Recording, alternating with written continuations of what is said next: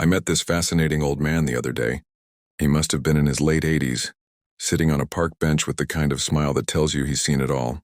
And let me tell you, what he shared with me that afternoon completely changed my perspective on fear.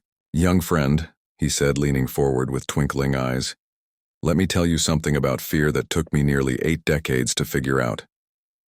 He chuckled, his weathered hands folded in his lap. "When I was your age, I was terrified of everything. Asking girls out, speaking in public, changing careers, you name it."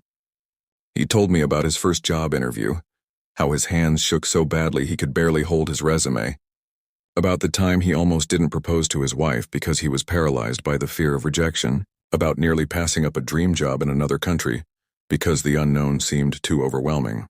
But here's where it gets interesting. Not only did I survive, but I also started noticing a pattern.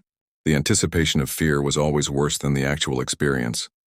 Always, he shared how he started making it a game. Every time something scared him, he'd say to himself, "Well, let's add this one to the collection." Whether it was starting his own business at 45, learning to skydive at 60, or taking up painting at 70, each fear he faced became another trophy in his collection. "You see," he continued, his voice growing softer, "life has a funny way of working.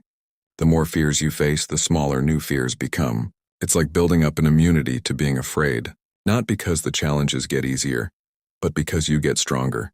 He told me about his wife's passing 5 years ago, his biggest fear realized. "Even then," he said, "all those smaller fears I'd faced had prepared me.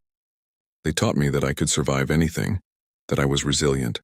As the sun started setting, he looked at me with those wise eyes and said, "So here's what I've learned.